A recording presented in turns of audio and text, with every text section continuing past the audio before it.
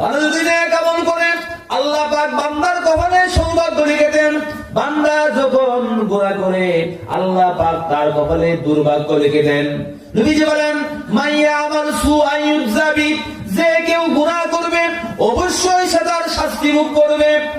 গুনাহ করলে শাস্তি ভুগতেই হবে, এটা মাথায় রাখতে হবে। এই আয়াত নাযিল হওয়ার পরে হযরত আবু বকর সিদ্দিক রাদিয়াল্লাহু তাআলা আনহু পেরেশান হয়ে গেলেন।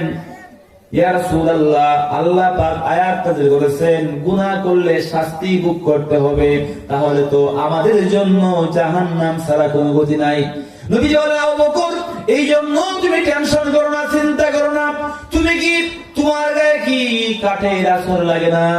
তোমার উপরে কি আপদ বিপদ পড়ে না? জ্বর মাথা বেশ হয় না? আবু বকর, ঈমানদার বান্দা যখন গুনাহ করে আল্লাহ পাক তাকে দুনিয়াতে আপদ বিপদ দিয়া গুনাহ মুক্তির ব্যবস্থা করে দেন। বলুন সুবহানাল্লাহ। ঈমানদার গুনাহ করলে আল্লাহ পাক তাকে সাথে সাথেই বিপদ দেন, মুসিবত দেন, জ্বর দেন, মাথা বিষ দেন, ক্যান্সার দেন, আপনার জটিল কঠিন রোগ দেন। এই রোগের কষ্টে তাকে আল্লাহ পাক গুনাহ মুক্ত করে। বলুন সুবহানাল্লাহ। আর বেঈমানকে আল্লাহ পাক ঢিল দেন। তাই বলা হয়েছে যখন দেখবে কোন মানুষ গুনার পর গুনাহ করে, অন্যায়ের পর অন্যায় করে, জুলুমের পর জুলুম করে, তার টাকা পয়সা বাড়ে, মান সম্মান বাড়ে, ধন সম্পদ বাড়বে, এইটাকে তোমরা সৌভাগ্যের লক্ষণ মনে করো না। এটা সৌভাগ্যের লক্ষণ নয়। বরং আল্লাহ বলেন ইন্নামা নুমলি লাহুম লিয়াজদাদু ইসমা। আল্লাহ পাক বলেন ওকে আমি ঢিল দিয়েছি আমার দেওয়া নিয়ামত পাওয়ার পরে, সম্মান পাওয়ার পরে, ক্ষমতা পাওয়ার পরে, ইজ্জত পাওয়ার পরে, যখন সে অন্যায়ের পর অন্যায় করে, জুলুমের পর জুলুম করে, আমি আল্লাহ পাক অসন্তুষ্ট হয়ে তাকে আমি ঢিল দিয়েছি, তাকে আমি ঢিল দিয়েছি লিয়াজদাদু ইসমা, যাতে করে তার পাপ রাশি আরো বেড়ে যায়। আল্লাহ পাক বলে আমি ঢিল দিয়েছি, এটা কি সৌভাগ্য না দুর্ভাগ্য? দুর্ভাগ্য। রাসূল বলেন মাইয়া আমাল সুআন ইউযাবি, আল্লাহ বলেন যে কেউ গুনাহ করবে শাস্তি ভোগ করবে। নবীজি বলেন মাইয়ুরিল্লাহু বি খায়রান ইউসিব মিনহু, আল্লাহ পাক যার ভালো চান তাকে মুসিবত দেন, বিপদ দেন। মুসিবত হলো আল্লাহর দেওয়া একটি শাসনের লাঠি, আল্লাহর দেওয়া শাসনের লাঠি। আল্লাহ পাক এই লাঠি তার উপরে ব্যবহার করেন যাকে আল্লাহ পাক বেশি পছন্দ করেন। বলেন দুনিয়ার মধ্যে বহু স্কুল আছে, মাদ্রাসা আছে, উস্তাদ যে ছাত্রকে বেশি মহব্বত করে তারে শাসন কম করে না বেশি করে? শাসন বেশি করে। যাকে মহব্বত করে না তাকে শাসন করে না। তোর মনে যা চায় তাই কর, ধ্বংস না আরো কিছু হোক। কিন্তু যে ছাত্রকে মহব্বত করে তাকে কঠিন শাসন রাখে, যে তোর দ্বারা আমি আশা করি তুই বড় কিছু হবে। ঠিক কিনা বলুন? আল্লাহ পাক তার যে বান্দাকে পছন্দ করে, বান্দা তোমাকে তো আমি সৃষ্টি করেছি জান্নাতের হুকুম আউসুমা কাম দেওয়ার জন্য। মৃত্যুর পর তুমি জান্নাতের হুকুমা কামে সমাসীন হবে, আর দুনিয়াতে তুমি জাতির জন্য রাহাবর হবে, জাতির নেতা হবে। দুনিয়ার কলম সুর কলমবাজ নেতা নয়, জুলুম অত্যাচারকারী নেতা নয়। কোন নেতা? আল্লাহ বলেন ওয়াইদ ইবতালা ইব্রাহিমা রাব্বুহু বিকালিমাতিন ফাআতাম্মাহুন ক্বালা ইন্নী জাইলুকা লিন-নাসি ইমামা। আল্লাহ পাক বলেন আমি হযরত ইব্রাহিম আলাইহিস সালামকে কতগুলো বিষয়ের মাধ্যমে কঠিন পরীক্ষা নিয়েছি। ফাতাম্মাহুন, সবগুলি পরীক্ষা আমার নবী ইব্রাহিম আলাইহিস সালাম খলিল পরিপূর্ণ রূপে পাশ করেছে, পরিপূর্ণরূপে পাশ করেছে। এই এত কঠিন পরীক্ষা আমি কেন নিলাম? ক্বালা ইন্নী জাইলুকা লিন-নাসি ইমামা, তাকে আমি জাতির নেতা বানাতে চাই, এই জন্য তাকে কঠিন পরীক্ষা দেওয়া লাগছে। এই পৃথিবীতে আল্লাহ পাক যেই বান্দাকে সত্যিকার তরিকায় সৎভাবে আল্লাহ পাক যাকে নেতা করতে চান, জাতির রাহবর বানাতে চান, তাকে আল্লাহ পাক বিভিন্ন আপদ বিপদ মুসিবত দিয়া তাকে প্রশিক্ষণ নেওয়ান। কি করেন? প্রশিক্ষণ আপদ দিয়ে মুসিবত দিয়ে তাকে কাঠি করেন। স্বর্ণকার যেমন স্বর্ণকে আগুনে ফেলে কাঠি করে, আল্লাহ পাক তার ইমানদার বান্দাকে মুসিবতের আগুনে ফোড়ায়া কাঠি করে। বলুন সুবহানাল্লাহ। মুসিবত এটা আল্লাহর এক নিয়ামত মুমিন বান্দার জন্য।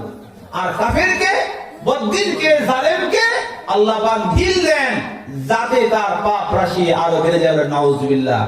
এই জন্য ভাইরা, গুনাহ করলে শাস্তি ভুগতে হবে, ভুগতে হবে। পৃথিবীর কোন শক্তি আপনাকে রক্ষা করতে পারবে না। আল্লাহর মাঝ জগতের ভাই, অন্যায় যারা করছে কেউ ছাড় পায় নাই। ফেরাউন ছাড় পায় নাই। ফেরাউনকে আল্লাহ পাক কত বড় ঢিল দিয়েছিল, কত বড় ঢিল দিয়েছিল। ফেরাউন তার 450 বছরের ভিতরে একদিন তার মাথা ব্যথাও হয় নাই, জ্বর হয় না, রোগ হয় নাই, মাথা ব্যথাও নাই। তখন সে বলছিল, আনা রব্বুকুমুল আলা, আমি তোমাদের বড় খোদা। আমার সম্মুখে কে রে? আমি বড় খোদা। আল্লাহ পাক তাকে ধরলেন, নীল নদে ডুবাইয়া মারলেন। মানে কে বলেন? আল্লাহ বলেন। এইভাবে এই ফেরাউনের গঠন থেকে ইন্না ফি যালিকা লাইবরাতাল লিমান ইয়াখশা, যাদের ভিতরে ভয় আছে তারা এই ফেরাউনের ঘটনা থেকে শিক্ষা গ্রহণ করো। ফেরাউনের মতো যারা জুলুম করবে, অত্যাচার করবে, অন্যায় ভাবে সাদাকে কালো বানাইবে, কালোকে সাদা বানাইবে, মিথ্যাকে সত্য বানাবে, সত্যকে মিথ্যা বানাবে, জাল দলিলকে হক বানাবে, হক দলিলকে জাল বানাবে। আচ্ছা কিনা বলেন? অবৈধকে বৈধ করবে, বৈধকে অবৈধ করবে। আল্লাহ পাক জানাচ্ছেন, ও জালেমরা, শিক্ষা গ্রহণ করো ফেরাউন থেকে। ফেরাউনকে আমি ধরছি, ছাড়ি নাই। তোমাদের বিরুদ্ধে অপেক্ষা করো, অপেক্ষা করো। আমি আল্লাহ পাক যখন ধর্ম, পৃথিবীর কোন শক্তি তোমাকে রক্ষা করতে পারবে না। জীবনে যা করতেছো, জয়টা মিথ্যে কথা বলতেছো, জয়টা মিথ্যা বিচার করতেছো, জয়টা অন্যায় করতেছো, জয়টা আপনার জুলুম করতেছো, সবকিছু আমার ফেরেশতা লিখতেছে। আমি আল্লাহ পাক দেখতেছি। যখন আমি ধরবো, আল্লাহর ধরা বড় শক্ত ধরা, সকলরা নিজকে জুলুম থেকে বাঁচায় রাখা। ওয়াত্তাকি দাওয়াতাল মাজলুম, মজলুমের বদদোয়া থেকে নিজকে বাঁচাও। আজকে সমাজের মধ্যে জুলুমে ভরপুর, ঠিক কিনা বলুন? জুলুম কম না বেশি? জুলুম কত প্রকার জুলুম, এগুলি হিসাব করে শেষ করা যাবে না। আমরা অন্যের জমিন দখল করি, এটা জুলুম। জানতেছেন জমিনটা আমার না, এটা অন্যের, তাকে দেওয়া লাগবে। মান আখাযা শিবরাম মিনাল আরদি যুলমান ফাইন্নাহু ইউতাওয়াকুহু ইয়াওমাল কিয়ামাতি মিন সাবঈ আরদিন। নবীজি বলেন, যে ব্যক্তি অন্যের এক বিঘত আধার জমিন, যে ব্যক্তি অন্যায় ভাবে জবরদখল করে রাখবে, জোর করে দখল করে রাখবে, অন্যের সম্পদ জোর করে রাখবে, কিয়ামতের দিন ফাইন্নাহু ইযাওয়াকুহু ইয়াওমাল কিয়ামাতি মিন সাবঈ আরদিন, এই সাতবক জমিনের জায়গা তার গলার মধ্যে তক্তি বানায় ঝুলায় দেওয়া হবে। হাসর মাঠে এই জমিন নিয়ে সে চলতে বাধ্য হবে। পরে জমিন দখল করছেন, সীমটা নড়ায় ফেলছেন, অন্যের আইল ফেলছেন, জমিনের সীম নড়াইছেন। রাসূল বলেন, যে ব্যক্তি জমিনের সীম নড়ায় ফেলে, আইল কুটা নড়ায় ফেলে, আইল ফেলে, তার উপরে আল্লাহর লানত, আল্লাহর অভিশাপ। আর আল্লাহর অভিশাপ যার উপরে আছে, তার উপরে আল্লাহর রহমত নাই। এই মাহে রমজানের রহমত, লাইলাতুল কদরের রহমত, গেছে শবে বরাতের রহমত, যত রহমত আসে, আল্লাহর রাসূল যার উপরে লানত দিয়েছেন তার উপরে রহমত পড়বে না। সে তো সবসময় গজবের মধ্যে আছে। যে ব্যক্তি পছন্দ করেন, আল্লাহ আমার রহমত দরকার নাই, তোমার গজব থাকলে আমার সমস্যা নাই, ওই ভাইকে বলি, যত পারেন পরের জমিন লুটপাট করেন, জমিন দখল করেন, সমস্যা নাই। কিন্তু মনে রাখবেন, আপনার উপরে আল্লাহর রহমত পড়বে না, আপনার সংসারে আল্লাহর রহমত থাকবে না। গজবের পর গজব থাকতেই থাকবে। আপনার ঘর থেকে রহমত যেহেতু নাই, সুর পয়দা হবে, ডাকাত পয়দা হবে, বদমাশ পয়দা হবে। এই বদমাশ গুলো বৃদ্ধকালে আপনাকে বৃদ্ধাশ্রমে পাঠাবে, বৃদ্ধাশ্রমে লজিং দিবে। সরকারের সেবা আপনার বাকি নসিব হবে না, কারণ আপনি সম্পদ লুণ্ঠনকারী। সম্পদ আমরা অর্জন করি, কিছু কিছু মাতাব্বর রয়েছে জ্ঞানবাপী, ওরা হক দলিল দেখাও দেখে না, মুজলুমের পক্ষে দাঁড়াই না। আল্লাহ পাক আপনাকে সমাজপতি বানাইছেন, এলাকার মাতাব্বর বানাইছেন, শাসক বানাইছেন। উদ্দেশ্য হলো আপনার দ্বারা যেন এলাকার মধ্যে কোনো মজলুম না করে। আপনার কাজ হবে আল্লাহর দেওয়া এই শক্তি আপনি মজলুমের পক্ষে ব্যবহার করবেন। এখন হয় কি উল্টা, শক্তি যেখানে আছে ফরদানের সাপ, আমিও সেখানে আছি। অপেক্ষা করেন, আল্লাহ পাক দেখতেছেন, আল্লাহ পাক দেখতেছেন, তিনি সব দেখেন। যখন করবেন ইন্না রাব্বাকা লাবিল মিরসাদ, আল্লাহ পাক বলে, হে মানুষ শোনো, তোমাদের রব আল্লাহ পাক মিরসাদে আছেন। মিরসাদ বলা হয় এমন জায়গাকে, এমন অবস্থাকে, একটা শিকারী যেমন শিকারকে অত্যন্ত সতর্কতার সাথে দেখে। কি বলেন, শিকার যখন শিকার করে তখন শিকার দেখে কিভাবে, সব বাদ দিয়ে এক করে এক দেড়ে টাকায় থাকে শিকারটা কোথায়, গুলিটা কোথায় করা লাগবে। আল্লাহ বলেন ইন্না রাব্বাকা লাবিল মিরসাদ। আল্লাহ পাক সূরা ফাজরের মধ্যে 5টি আয়াতের কসম করে বলছেন, 5টা বস্তুর কসম করে বলছেন।